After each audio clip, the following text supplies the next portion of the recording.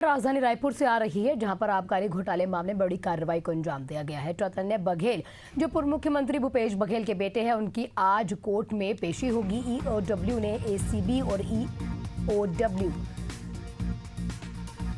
Special court में production warrant के लिए पेश किया था आवेदन, और इसको मंगलवार की देर शाम मंजूरी मिल गई थी, इसीलिए आज इनकी पेशी होगी। आबकारी घोटाले में ईडी के अलावा ईओडब्ल्यू भी यहां पर कहीं ना कहीं जांच कर रहा है।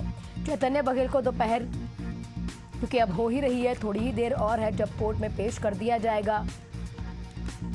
कोर्ट में पेश होते ही ईओडब्ल्यू चैतन्य को हो सकता है कि गिरफ्तार करे। गिरफ्तारी के बाद अदालत से रिमांड का आवेदन भी लगाया जा सकता है। ये उस समय की तस्वीरें हैं जब चैतन्य बघेल को गिरफ्तार किया गया था, कोर्ट में पेशी करवाई जा रही थी। उस समय की तस्वीरें, उनके जन्म दिवस पर उनकी गिरफ्तारी जो है कर ली गई थी, और उस समय पर भूपेश बघेल ने तंज भी कसा था एनडीए पर, कहा भी था कि ये मेरे बेटे को जो जन्म दिवस का तोहफा दिया गया है, ये मुझे जीवन भर याद रहेगा।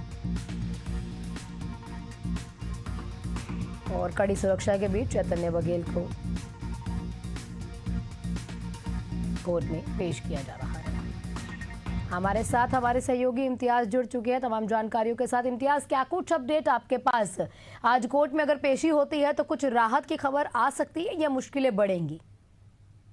बिल्कुल, चैतन्य बघेल की मुश्किलें बढ़ सकती है, क्योंकि जिस तरीके से अभी ईडी जांच कर रही है, अब ईओडब्ल्यू जो है अगले कार्रवाई और अगले जांच के लिए वो जो है अब इस लाइन में है। क्योंकि आज जो है अभी कुछ ही देर के बाद जो है उनके विशेष कोर्ट में पेश किया जाएगा, ईओडब्ल्यू और एसीबी के कोर्ट में पेश किया जाएगा, और हो सकता है कि गिरफ्तारी भी हो सकती है, क्योंकि अभी की ईडी गिरफ्तार की थी, लेकिन अब जो है ईओडब्ल्यू और एसीबी जो है चैतन्य बघेल को गिरफ्तार कर सकते हैं और रिमांड के लिए जो है कोर्ट में आवेदन भी लगा सकते हैं। अब देखने वाली बात ये भी होगी कि दोनों पक्षों के बहस के बाद कितने दिनों का रिमांड मिलता है, न्यायिक हिरासत में वो रहते हैं, ये तो वक्त बताएगा। लेकिन फिलहाल जो है उनकी मुश्किलें जो है वो बढ़ती नजर आ रही है।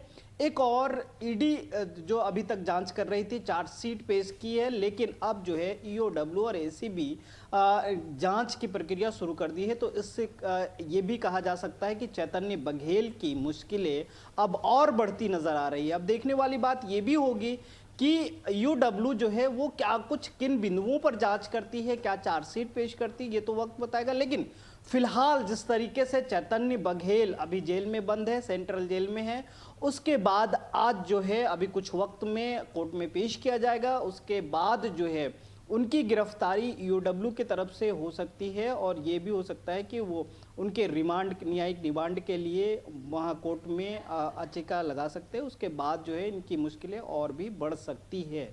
तो ये लगातार जिस तरीके से शराब घोटाले मामले में लगातार नए नए नाम खुलकर आ रहे हैं, उनसे जुड़े तार जो है वो खुलकर आ रहे हैं कि इसमें बॉस कौन था, किसके नक्शे कदम पर जो है ये शराब घोटाला हुआ था। अब जो है क्योंकि पूर्व मुख्यमंत्री भूपेश बघेल के बेटे चैतन्य बघेल का ये मामला है, तो कहीं ना कहीं अभी अन्य बिंदुओं पर भी जांच बाकी है, और ये ईओडब्ल्यू और एसीबी जांच करेगी जी।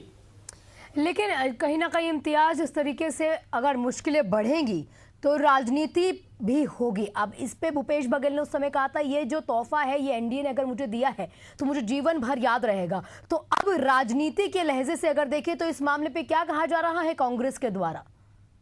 देखिए, बिल्कुल कल भूपेश बघेल जो पूर्व के मुख्यमंत्री, उन्होंने खुद कहा है कि ये न्यायिक प्रक्रिया है, जांच हो रही है, लेकिन कहीं ना कहीं ये भी देखने को मिल, क्योंकि भूपेश बघेल इस पर कई बार मुखर होके भी बोल चुके हैं, चाहे वो ईडी के मामले में हो या फिर अन्य कार्रवाइयों के बारे में। इस एक वक्त ऐसा भी था कि ईडी कार्यालय के बाहर ही उन्होंने एक कार्यक्रम किया और ये भी कहा था कि कांग्रेस के जितने भी कार्यकर्ता हैं वो यहाँ हैं, ईडी चाहे तो यहाँ से उनके नाम चुन चुनकर अपनी हिरासत में ले सकते। तो ऐसे भूपेश बघेल का बोलना है, लेकिन सियासत जो है वो लगातार होती नजर आ रही है।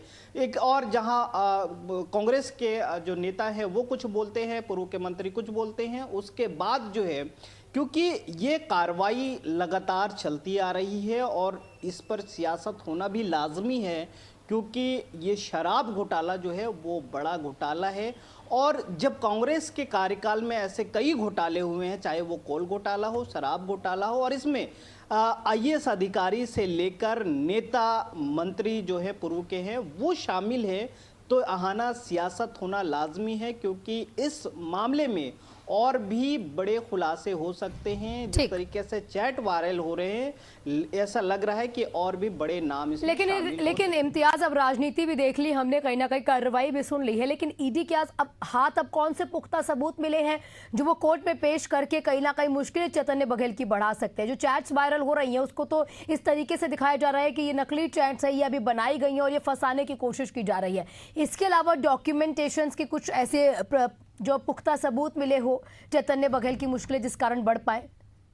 देखिए, कई इलेक्ट्रॉनिक डिवाइस मिले हैं, कई ऐसे साक्ष्य मिले हैं जिसके आधार पर जो है ईडी जांच कर रही थी, लेकिन अब वही मामले में अब ईओडब्ल्यू जांच करने जा रही है हाना। तो कहीं ना कहीं इसका मामला ये है कि ईडी के जांच के बाद अब ईओडब्ल्यू इस जांच में शामिल हो गई है। तो आज जो कोर्ट में पेश किया जाएगा, उसके बाद जो है ईओडब्ल्यू जो है आगे की जांच करेगी और वो न्यायिक हिरासत के लिए मांग करेगी। तो ये है कि पहले तो ईडी ने जांच की, अब ईओडब्ल्यू और एसीबी जांच करेगी, तो यहाँ मुश्किलें बढ़ सकती है। अब ईओडब्ल्यू किस आधार पर जांच करेगी, क्या कुछ रहेगा, क्या कुछ बिंदु हैं उनके, किन किन आधार पर जांच करेंगे, ये मामला अभी जो है जब वो अभी कोर्ट में बहस होगा उसके बाद जो है पता चलेगा कि किन मामलों में ईओडब्ल्यू ने अपनी चीज़ें जांच के लिए कोर्ट में पेश किया है, चार्जशीट पेश किया, ये चीज़ें बाद में पता चलेगी। बिल्कुल बिल्कुल, एक स्पेशल इन्वेस्टिगेशन विंग होती है ईओडब्ल्यू जो इकोनॉमिकली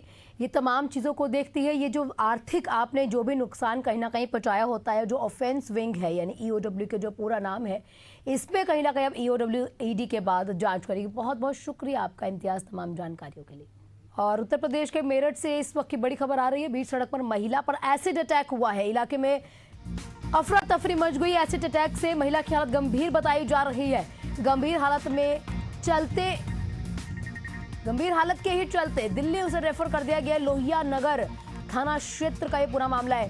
हैरान करने वाली खबर उत्तर प्रदेश से आई है, जहां पर एसिड अटैक, आप समझिए, जहां एसिड पे सख्त रोक लगाई गई है सुप्रीम कोर्ट के द्वारा। और अब साल 2025 में एक और तस्वीर कहीं ना कहीं सामने आई है उत्तर प्रदेश से, जहां पर एसिड अटैक किया गया है महिला के ऊपर। बीच सड़क पर उस लड़की पर एसिड फेंक दिया गया और उसकी हालत अब गंभीर बताई जा रही है। मौके पर प्रशासन मौजूद है, इसके पीछे क्या कुछ वजह रहेगी ये जानने की जरूर कोशिश करेंगे। लेकिन जहां पर एसिड पर पूर्ण प्रतिबंध है, वहां पर एसिड अटैक कहीं ना कहीं उस भारत में 2025 की एक तस्वीर उत्तर प्रदेश से सामने आ चुकी है, जहां पर महिला पर एसिड अटैक किया गया है। महिला बुरी तरह से झुलस गई, उसके बाद उसे दिल्ली रेफर कर दिया गया। राजधानी, जो देश की राजधानी दिल्ली है, जहां पर उसका उपचार हो सके, उत्तर प्रदेश से दिल्ली उसे ले जाया गया है। फिलहाल इलाज चल रहा है, लेकिन महिला की हालत गंभीर बताई जा रही है। उत्तर प्रदेश के मेरठ की ये तस्वीर है, जहां महिला पे एसिड डाल दिया गया।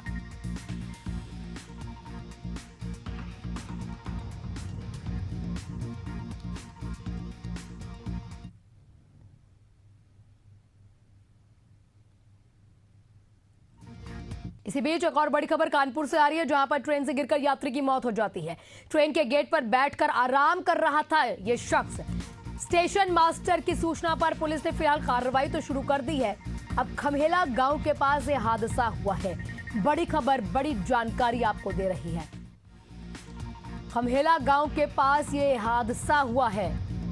बड़ी खबर आपको बता रहे हैं, जहां पर कानपुर से आ रही है, ट्रेन से गिरकर यात्री की अचानक मौत हो जाती है और ट्रेन के गेट पर बैठकर ये मृतक आराम कर रहा था। स्टेशन मास्टर की सूचना पर पुलिस ने कार्रवाई को अंजाम दिया है।